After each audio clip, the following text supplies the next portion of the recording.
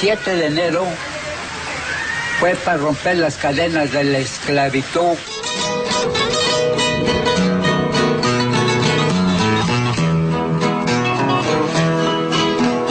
Un lunes 7 de enero de 1907,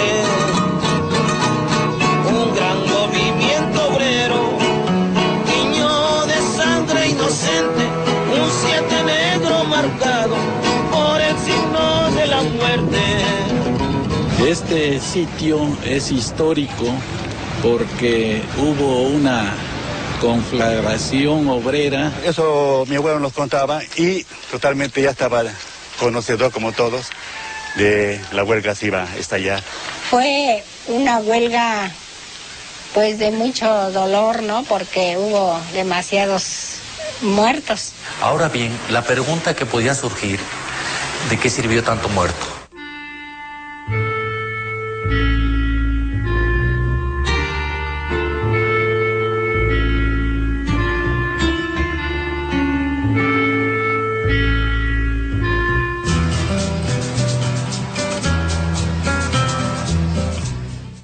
En Canal 11 hemos preparado una gran sorpresa para ti que eres...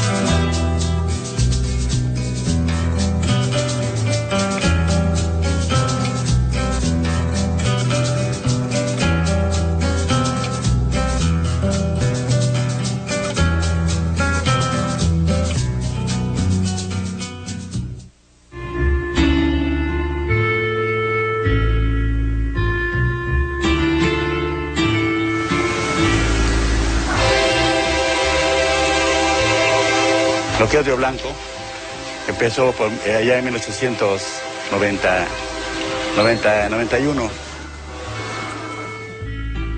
Llegaron aquí a lo que era el pueblo de Tenango, lo que hoy es congregación, los industriales, tanto de la región de Orizaba como nacional y con una inversión extranjera.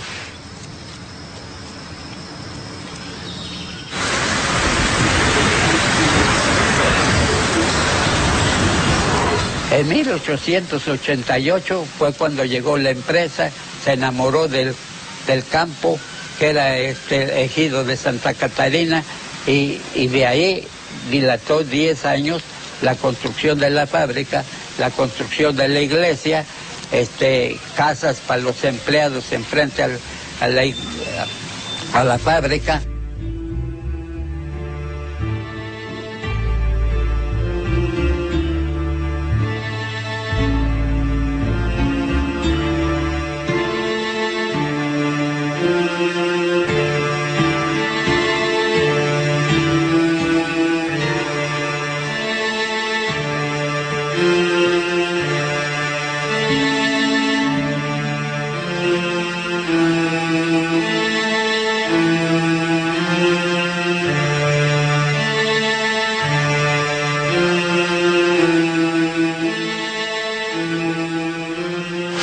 Esta historia tan singular de los barcelonetes, que es un grupo que sale huyendo de la miseria de Barcelonet, que es un distrito que se encuentra entre los más pobres de Francia, y que aquí en México, a través del comercio, logran acumular realmente suficiente dinero, y coyunturas favorables como la aventura de Maximiliano les permiten dar el salto, volverse grandes comerciantes, y los vemos que aprovechan las condiciones que están en el Porfiriato para crear estos grandes emporios industriales en la región de Orizaba.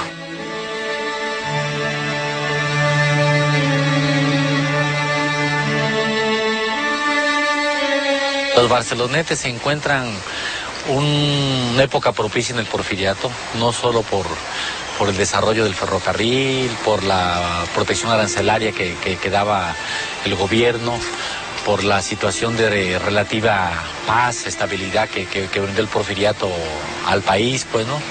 Sino que por parte de las clases altas, del gobierno, pues, ¿no? Había, pues, digamos, no solo un interés, una simpatía, sino había hasta un deslumbramiento por lo extranjero, ¿no? Y particularmente por lo europeo, ¿no? Y todavía más particularmente por lo francés, pues, ¿no?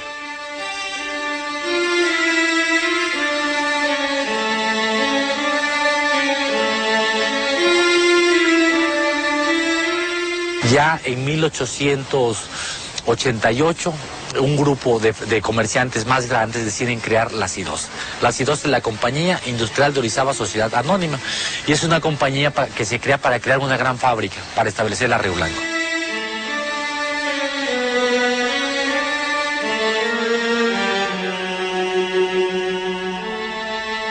Se va a hacer, digamos, una sociedad anónima con 4 fábricas. 3 especializadas en hilado y tejido, que son Cocolapan, Cerrito San Lorenzo, y la Río Blanco, que también hilaba y tejía, pero sobre todo se especializaba en el estampado, pues, ¿no? Y esta va a ser una gran compañía. Va a ser una gran compañía que nosotros vamos a ver que si comienza con una inversión de 2,5 millones, pues nos vamos a ver que hacia 1910, a final del porfiriato, es una compañía que en capital tiene 15 millones de pesos.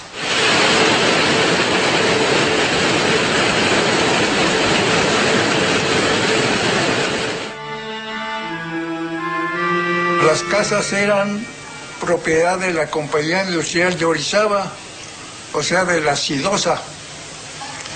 En esa época había un administrador francés que se llamó Don Juan Lacouture. Había un local grande que se llamó el Consejo. Ahí vivían todos los empleados, sus esposas, ahí vivían en el Consejo ese.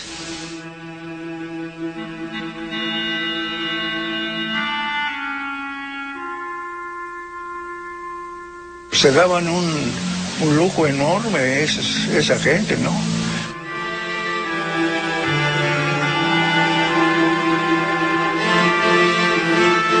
Era porque la gente que vino como accionista mayoritario a esta empresa era gente de mucho dinero. Vinieron a invertir en la región y trajeron pues todas las mejores comodidades como cocinero.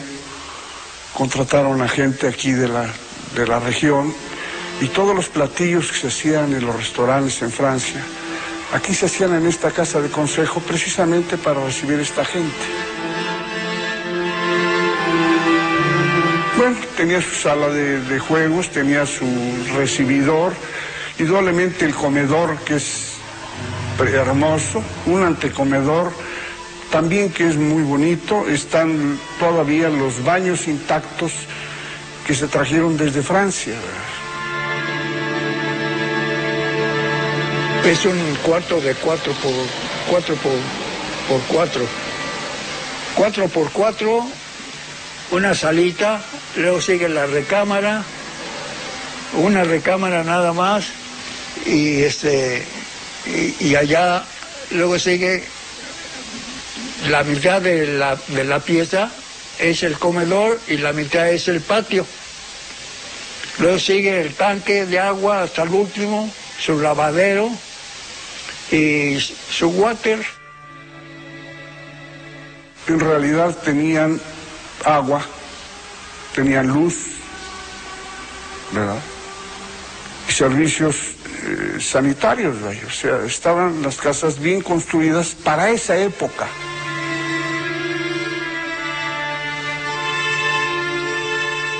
O sea, en realidad las casas sí tenían las comodidades necesarias.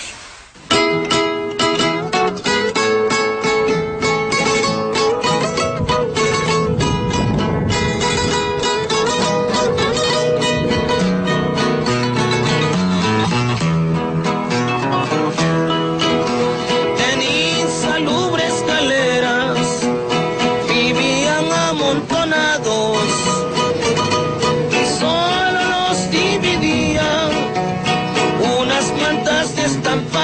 Que en la tienda les vendían para su ropa de diario.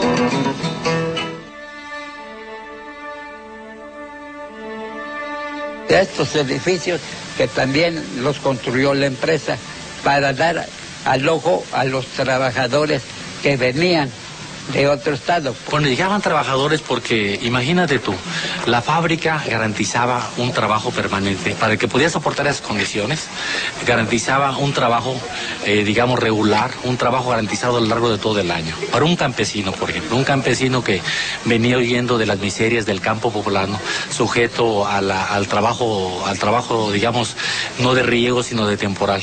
Que hay cosechas buenas y cosechas malas, pues, ¿no? Entonces hay años difíciles, hay años de hambruna, por ejemplo. Y aquí no, aquí puedes tener trabajo todo el año. Podrías decir un trabajo mal pagado, pero vas a comer todo el año. Puedes tener un hogar, una galera, si tú quieres amontonado, pues, ¿no? Pero tienes un lugar donde vivir, pues, ¿no? Y ahí emigraron muchas personas de diferentes rancherías cercanas a este valle rioblanquense. Y entre ellos venían parientes, mis abuelos, uno proveniente de Cañada, Morelos, de Puebla, y el otro de Zacotepec. Pues se da una movilidad social, porque es un escalón. Acuérdate que la miseria tiene una serie de escalones y de peldaños, pues, ¿no? Dentro de los escalones de la miseria es un escalón arriba, la condición de obrero, que la condición del campo mexicano.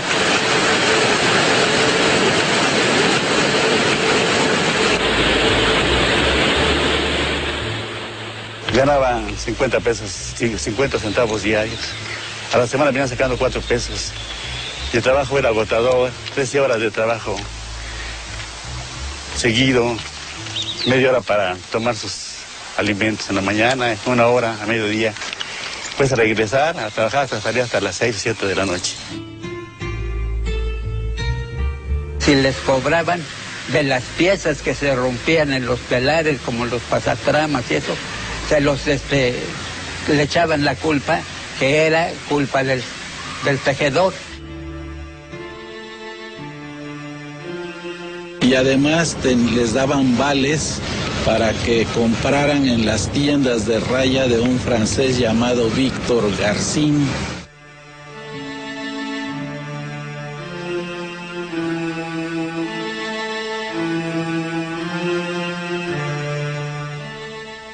Antes aquí era la tienda de raya en 1907. Le decían tienda de raya porque pues era la única. Cuando llegaba su día de raya, pues les descontaban de la raya. Por eso decían tienda de raya.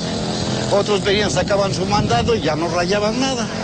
Estas no eran tales, es decir, no eran tiendas de raya, eran tiendas de la compañía, pero resulta que los trabajadores recibían su pago en plata. Únicamente que como el pago no les alcanzaba, se veían obligados a pedir vales a la compañía, vales que eran intercambiables en las diferentes tiendas, pues, ¿no? Y uno de los propietarios más importantes de esas tiendas era Víctor Garcín. Víctor Garcín vendía el pulque, era lo que más se vendía, precisamente tenía la obligación de darles lo que pidían, pero más pulque, para que así pudieran trabajar mejor los trabajadores, no sentían la friega.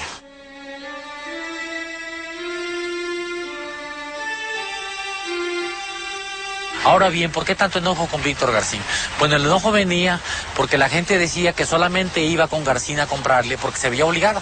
Al no alcanzar el dinero pedía un vale en la fábrica, que era un vale que, digamos, le servía para durante una semana, que al final el sábado se lo descontaban, pero este vale solamente lo podía cambiar ella, pero lo hacía porque no tenía otra posibilidad. Sin embargo, ellos se quejaban de que este señor siempre daba un precio más caro que normalmente había en las otras tiendas, además de que los litros no eran de litro ni los kilos eran de kilo, pues, ¿no? Entonces, es decir, ellos sentían estafados en forma permanente por Víctor García. Y todos los trabajadores venían aquí porque les pagaban con mandado una parte y otra parte les daban dinero, que en aquel tiempo pues era muy poco lo que les daban. Y trabajaban de 6 a 8. En la fábrica usaban niños de 5, 8, 12 años. Si al trabajador le pagaban 50 centavos diarios, a un niño le daban 25, pero tenía el mismo horario y las mismas cargas de trabajo. Así era la injusticia del tiempo de don Porfirio Díaz.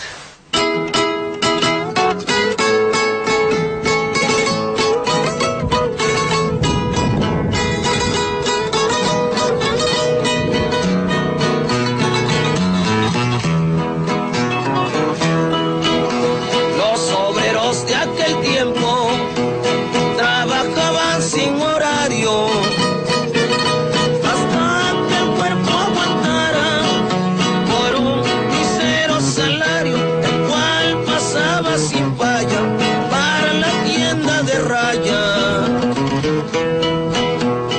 Si a esto le agregamos que la opresión rebasaba las paredes de la fábrica, es decir, que el poder del empresario, de las compañías, no solo era al interior de los departamentos, sino que se extendía a lo largo de todas las poblaciones. ¿En qué sentido?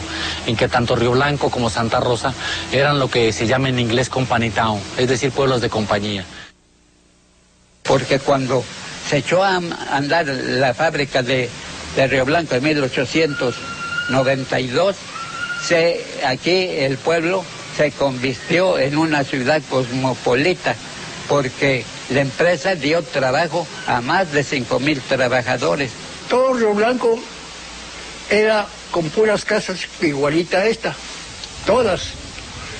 Esas casas eran propiedad de la Sidosa y pagábamos $1.40 de aquella época, pagábamos por vivir en estas casas.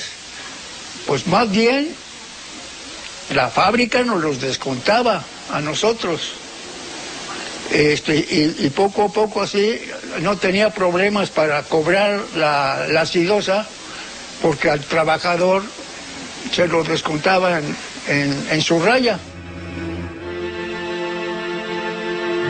Precisamente en estos lugares habitacionales, en estos hogares obreros, se fue fraguando el descontento. Era donde se comentaba el problema de los bajos salarios, el problema de la larga jornada, el trato arbitrario por parte de los capataces.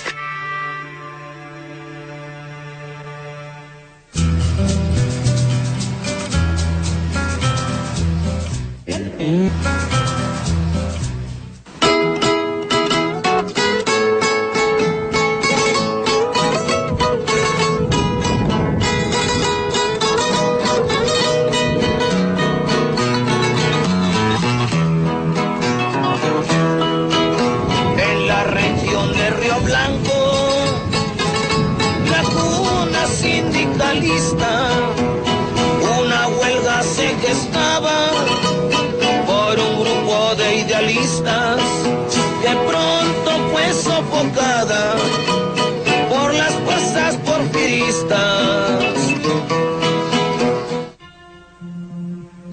Mi abuelo empezó a tener conocimiento de la agitación que ya había, la preocupación de todos los trabajadores. Ya comulgaban con las ideas de Ricardo Flores Magón, que ya surgía entre la base trabajadora, el periódico de él, que se llama Regeneración. Después, ya en 1906, en abril, un señor José Neira formó lo que se llamó el Gran Círculo de Obreros Libres. El Gran Círculo de Obreros Libres van a ser bajo la impronta de los magonistas. ¿Qué pasa con los magonistas? Los magonistas se agrupan en torno al PLM. Y pensaron que era muy importante tener como aliados a las clases trabajadoras. Entonces comenzaron a trabajar con los mineros, comenzaron a trabajar con los textiles, y así tenemos un grupo de obreros de Río Blanco, entre otros Juan Olivares, entre otros Porfirio Meneses, Atanasio Guerrero y sobre todo José Neira, que era el cabecilla, que comienza a desarrollar la organización del Gran Círculo de Obreros y lo fundan en 1906.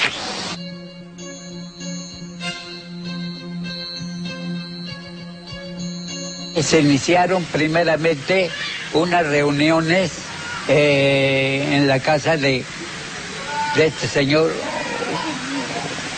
Mota, y de ahí empezó la protesta.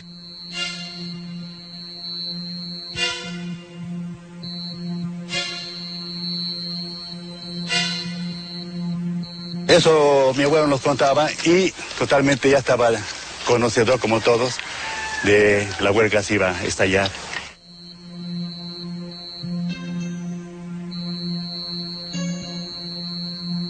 Los trabajadores de la región de Orizaba habían levantado una serie de huelgas esporádicas, fragmentarias, a lo largo de 1906, pues, ¿no? Muchas huelgas se habían hecho.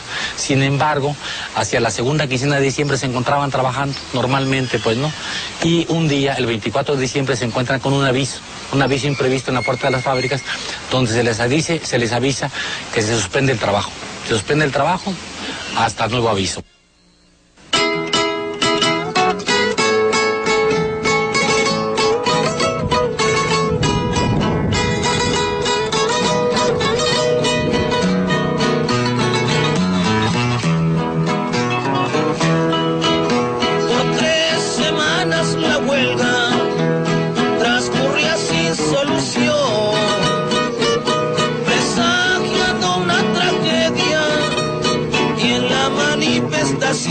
Prendieron a Manuel Juárez y a Moreno sin razón. Y ese fue el disgusto de los trabajadores que empezaron a hacer un convenio solicitando de Porfirio Díaz que él fuera interventor para arreglar los problemas que existían en Río Blanco.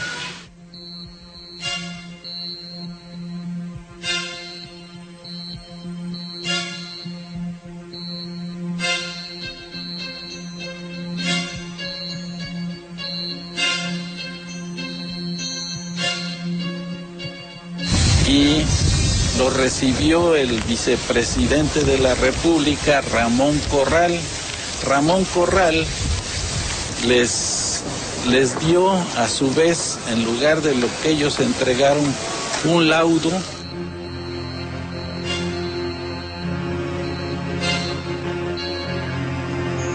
Sin embargo, este es un laudo que aunque concede algunas prestaciones a los trabajadores, pues, ¿no?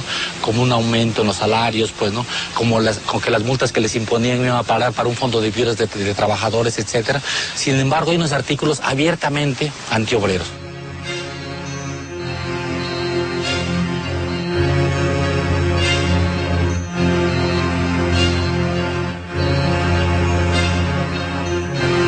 Se reúnen los trabajadores de la región de Orizaba en el Teatro Gorostiza, pues, ¿no? Donde les van a leer el laudo oficial de Porfirio Díaz, en qué condiciones van a regresar a trabajar, pues, ¿no? Y el laudo se lee y desde ese momento se manifiesta el descontento, pues, ¿no? Hay un grito de anónimo dentro del teatro que grita primero mártires que esclavos.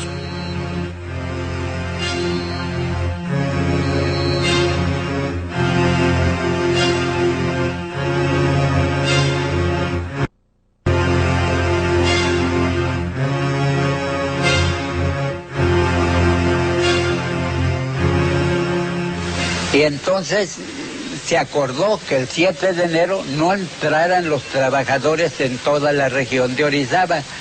Y resulta que el día 7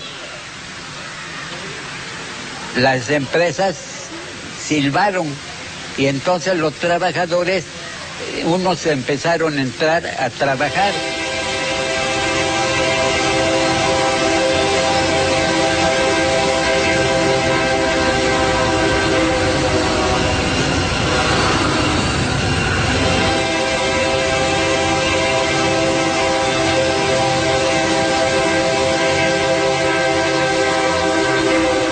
Los silbatos de las fábricas a las 5:30 de la mañana, como siempre, comenzaron a convocar a los trabajadores de las distintas fábricas de la región.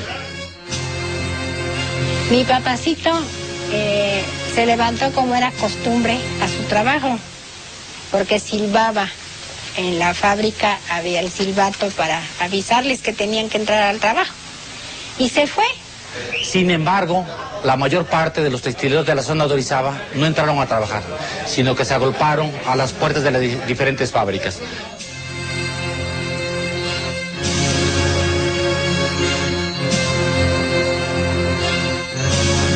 Cuando llegó, vio que había demasiados obreros, todos alterados, diciendo que se iban a la huelga.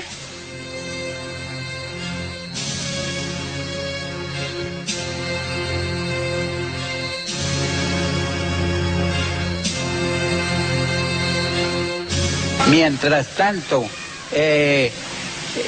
muchos trabajadores, al ver que no entraban a trabajar, se fueron a la tienda de Raya a pedir su mandado. Después de esto, se colocaron 2 hileras de mujeres, de lado y lado de la puerta de la fábrica, gritándoles a los que pretendían seguir entrando, miserables, muertos de hambre, desvergonzados y otros gritos de la multitud que cada vez era más grande, de vivas a México, vivas a Juárez y una serie de gritos hasta extranjeros, pues, ¿no? En ese momento, un poco después, no lo sabemos a ciencia cierta, sucede que un grupo grande, una multitud, se desprende detrás del grito de uno de los participantes de los fueros que grita a la tienda, y se dirigen a la tienda de Víctor García. Y ahí ocurrió un episodio que va a concluir cuando un empleado de García descarga su pistola sobre este grupo de obreros.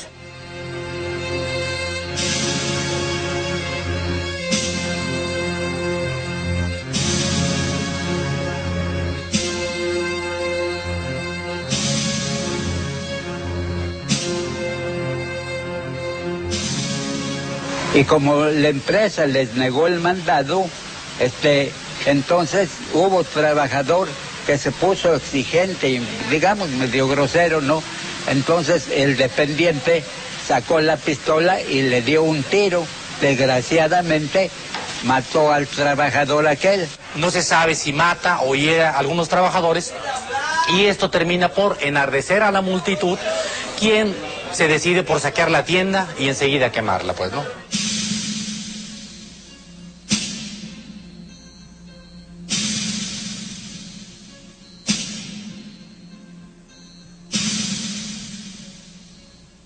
Hubo saqueo, porque entonces, mientras no ardía toda la fábrica, los mismos trabajadores se robaron botellas de licor, sidras.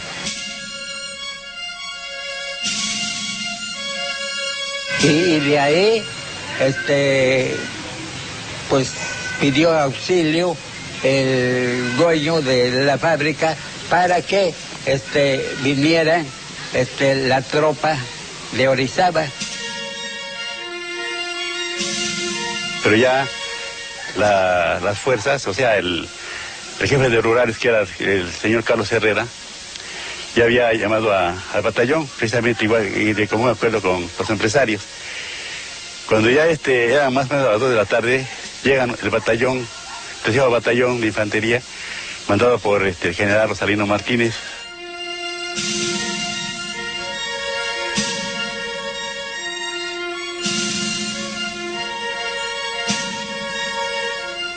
Pero mientras tanto, cuando ya estaba ardiendo la tienda de Raya, cundió esto como pólvora e hicieron lo mismo los de Nogales y Santa Rosa.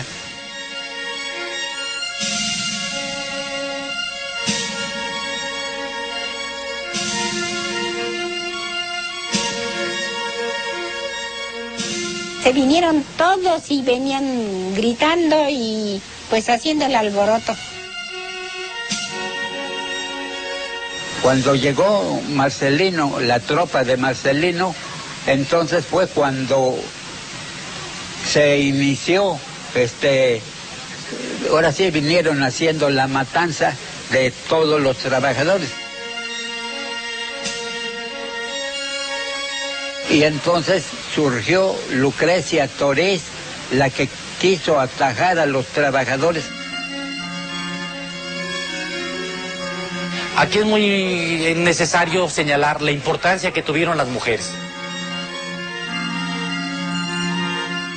Las mujeres van a jugar un papel fundamental en la revuelta, pues, ¿no? Realmente la única que pasó a la historia fue Lucrecia Toriz, pero a Lucrecia Toriz había que agregar Filomena Pliego, Margarita Martínez, Mariana Martínez y otras anónimas mujeres que participaron en primera fila, no solo, digamos, asusando, provocando a los trabajadores que se acabaran de decidir a lanzarse a la huelga o a la revuelta, sino también, inclusive encabezando. Doña Lucrecia fue la que ocasionó todo eso. Ella tiene hijos trabajando en la fábrica de Río Blanco y dicen que viene agitada corriendo a la puerta de la fábrica y llega en el momento en que ya están incendiando la tienda de Raya. Entonces la señora se incorpora a la multitud y de repente toma una bandera y va encabezando a la multitud. Y ella enarbolando la bandera se fue hasta Nogales, provocando a los de las fábricas de Nogales.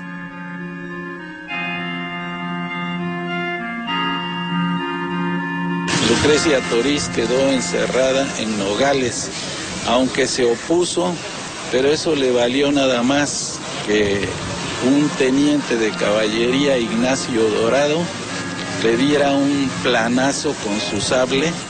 Se oían los gritos y piedrazos y de todo había. Los obreros tenían palos con los que estaban dándole a la tropa y la tropa empezó a matarlos.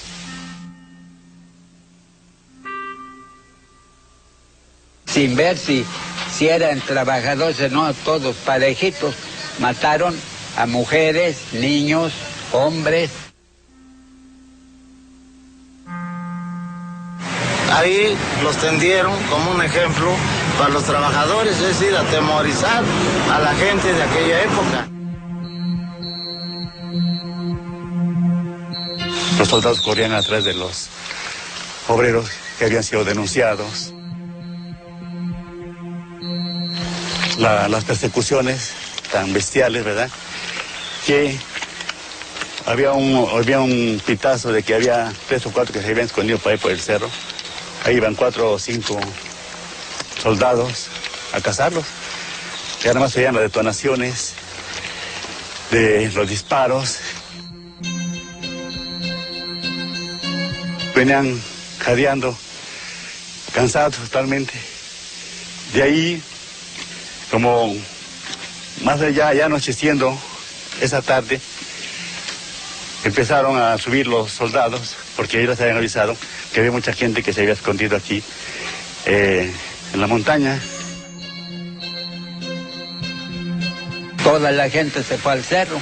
Dentro de ellos, mi padre fue trabajador de la fábrica antes del 7 de enero. Y fue uno de los que también huyó juntamente con Rutilio Caloca y Gabriel Gavira. Gabriel Gavira era trabajador de Cerritos y Rutilio Caloca, trabajador de Santa Rosa, y mi padre era de aquí. Se fueron andando los cerros hasta llegar a Puebla. En realidad así fue. Y ya mi papacito dijo, voy a dar una vuelta para ver cómo está todo aquello. Entonces, él vio los vagones que estaban ya con hartos muertos, ya había bastantes muertos ahí. De aquí, en este lado, cargaban las góndolas, las plataformas con cadáveres y restos humanos. Los cadáveres los fueron y se los llevaron para Veracruz. Unos los tiraron al mar, los que agarraron vivos los metieron a San Juan de Ulúa. Sí, ese fue al siguiente día, siguió el día 9 y más carga, así es que calculan algunos historiadores e investigadores que fueron más de 200 muertos.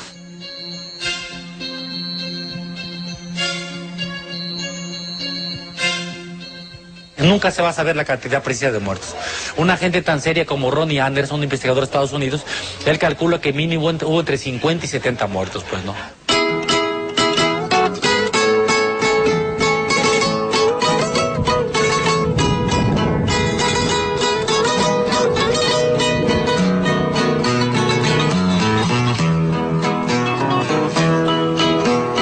Al referirles amigos, la historia me da quebranto, recordando a los caídos de la masacre en Río Blanco. Mujeres, hombres y niños ahí sirvieron de blanco.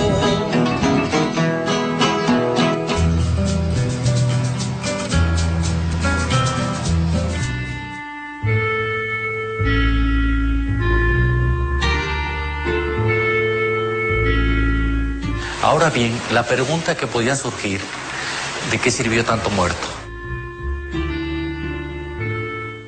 ¿Qué sentido tuvo esta matazón y el levantamiento?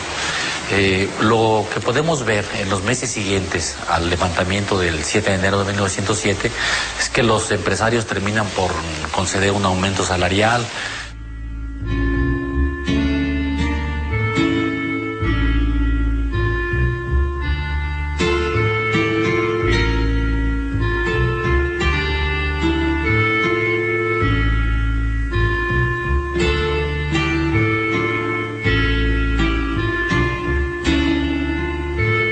Prohíben los descuentos que hacían en los vales para las compañías de la fábrica, pues, ¿no?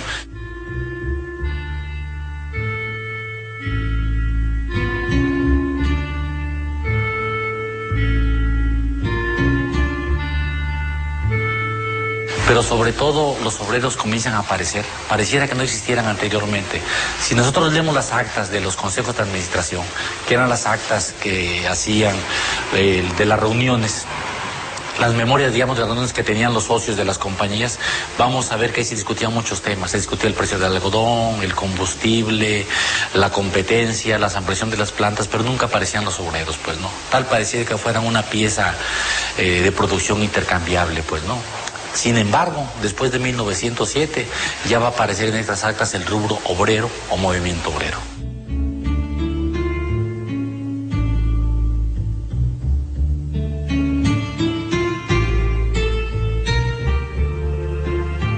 Esa tragedia fue lo que ocasionó que tuvieran garantías y pues comodidad los obreros.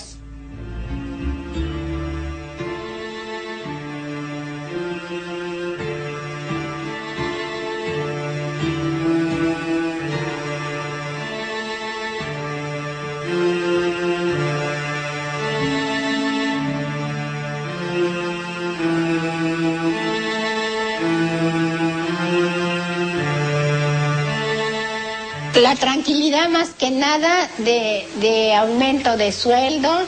Se logró un aumento del 2% en el metro de tela.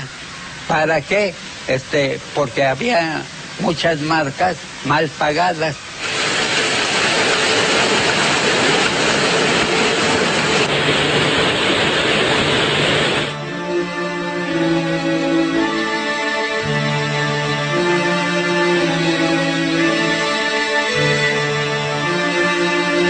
Se hizo que la comisión que había nombrado entrara a arreglar con la empresa que suspendieran las multas.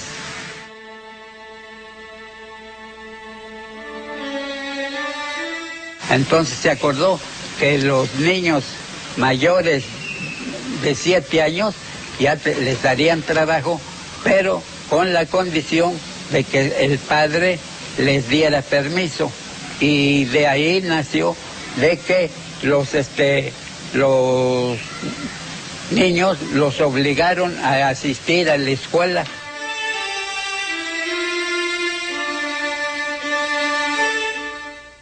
Luego se consiguió por las propias organizaciones un contrato de tarifas para aplicar.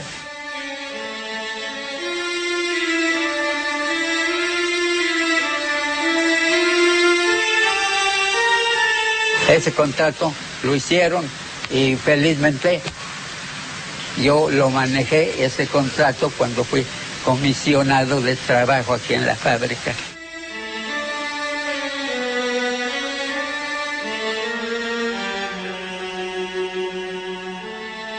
En 1912 vino un promedio como tarifa, y esa tarifa fue pedida aquí por Cándido Aguilar, que era gobernador del estado de Veracruz. Fue el primer contrato que hubo para los trabajadores.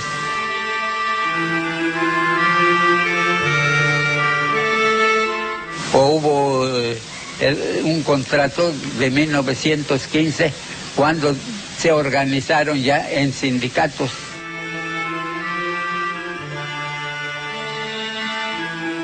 En 1915, más antes, ahora sí todos trabajaban a la deriva.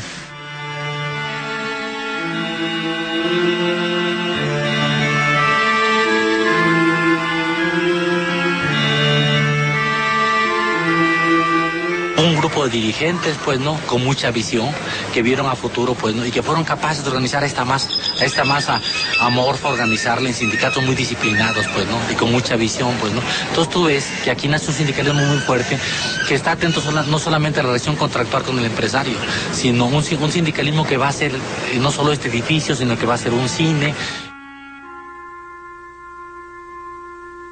y que va a fundar bandas de música, y que va a crear campeonatos deportivos,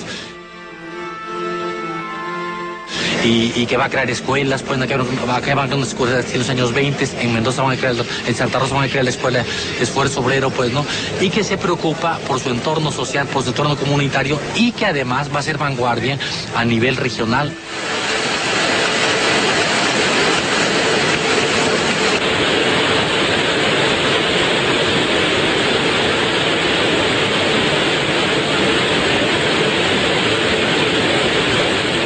Le llamaban la Manchester de México. ¿Por qué? Porque había alrededor de 20,000 trabajadores, que eso en términos de la época era una gran cantidad, concentrados en grandes fábricas.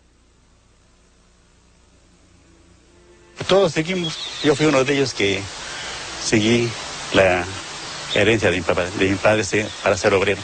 Muy bien vistos los obreros, porque les digo, la elaboración de telas era fabulosa. Exportaban a todo el mundo. Así es que, ¿se imaginan? La Sidosa fue una compañía muy importante.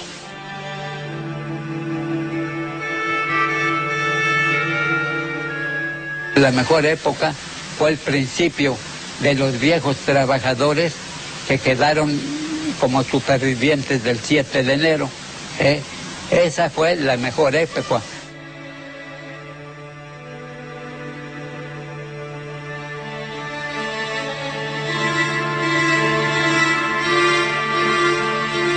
Y que se prolonga no solo 20, 30, sino inclusive durante la Segunda Guerra Mundial, pues no hay un auge de estas fábricas textiles, pues. Y todavía, hasta por los años 70 más o menos, es que todavía siguen proporcionando abundante trabajo en la región de Orizaba. Aquí hubo un boom totalmente escandaloso cuando la Segunda Guerra Mundial. Entonces, las fábricas textiles de aquí de México fueron las que aprovecharon, ¿verdad?, el problema de Europa, que todos estaban en guerra, no había producción de telas, entonces había unos pedidos exorbitantes de toneladas de ropa. Era su obsequio de fin de año. Le daban estas telas que eran manta. Esta manta es delgada, porque hay una más gruesa, doble ancha, que esta es sencilla. Entonces, le daban de la doble ancha para hacer las sábanas. Le daban para sus sábanas, le daban estos driles para hacer que se hiciera pantalones. Todo esto le daban en el paquete que le regalaban. Sorprendente porque tú te das cuenta que a la hora que tú recibes tu paca de algodón, o sea, ¿cómo es posible que puedas hilar o fabricar hasta tener la obtención de tu tela?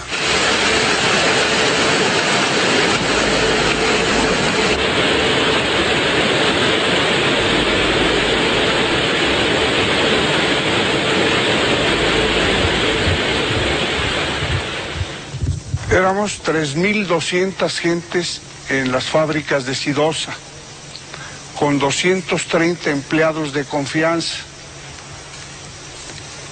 La mayor producción, que fueron 79 millones de metros de tela. Esto se logró gracias a los 4 turnos de trabajo que teníamos. Las máquinas no paraban.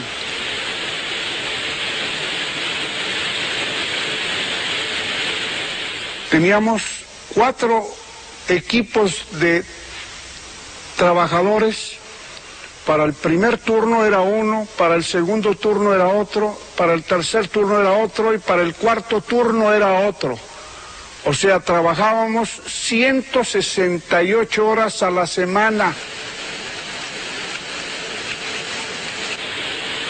Es lógico Ya cuando terminó la Segunda Guerra Mundial, empezaron a tratar de que ya no había trabajo, que ya la calidad de la tela mexicana daba mal, pero por culpa de la mano obrera. Más que todo, le tenían miedo al sindicalismo. La fábrica de Río Blanco, desgraciadamente, tuvo una mala dirección de los líderes. Los dueños ya no podían sostenerse precisamente porque todos se dedicaron a otros giros comerciales, ¿no? Viene, digamos, un cierre de este ciclo de bonanza de las fábricas textiles. ¿Por qué razón? Por muchos motivos, pues, ¿no? Y tampoco hay que buscar exactamente un culpable. Acá no hay un culpable, pues, ¿no? Por ejemplo, podríamos decir que el Estado mexicano no tuvo una política adecuada de proteger a la industria textil en ese momento. Podemos decir que los empresarios todas esas ganancias que tuvieron cuando hubo el auge de la industria textil no lo aprovecharon para renovar la maquinaria. Entonces, ¿tú qué resulta? Que ya en los años 60 ya es una maquinaria antigua, es una maquinaria anacrónica, anquilosada, pues, ¿no? Entonces la fábrica se va quedando, pues, ¿no? También puedes encontrar los sindicatos.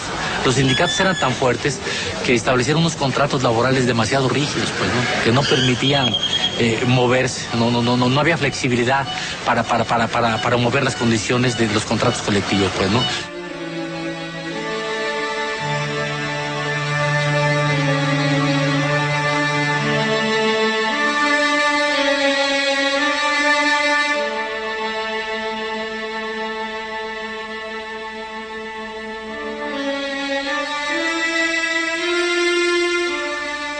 De alguna manera asistimos casi a una virtual desaparición de la clase obrera textil en la región de Orizaba, pues, ¿no?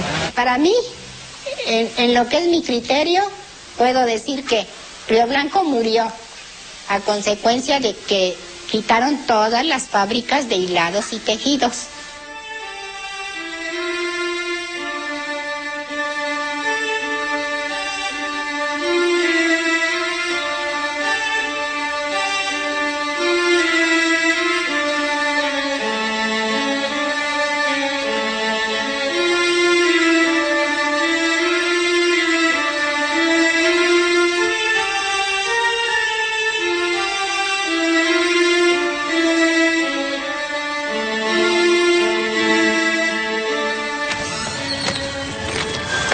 Estamos muertos precisamente porque no hay ya algo que ponga alerta, algo que nos despierte, algo que nos diga que ya vamos a descansar.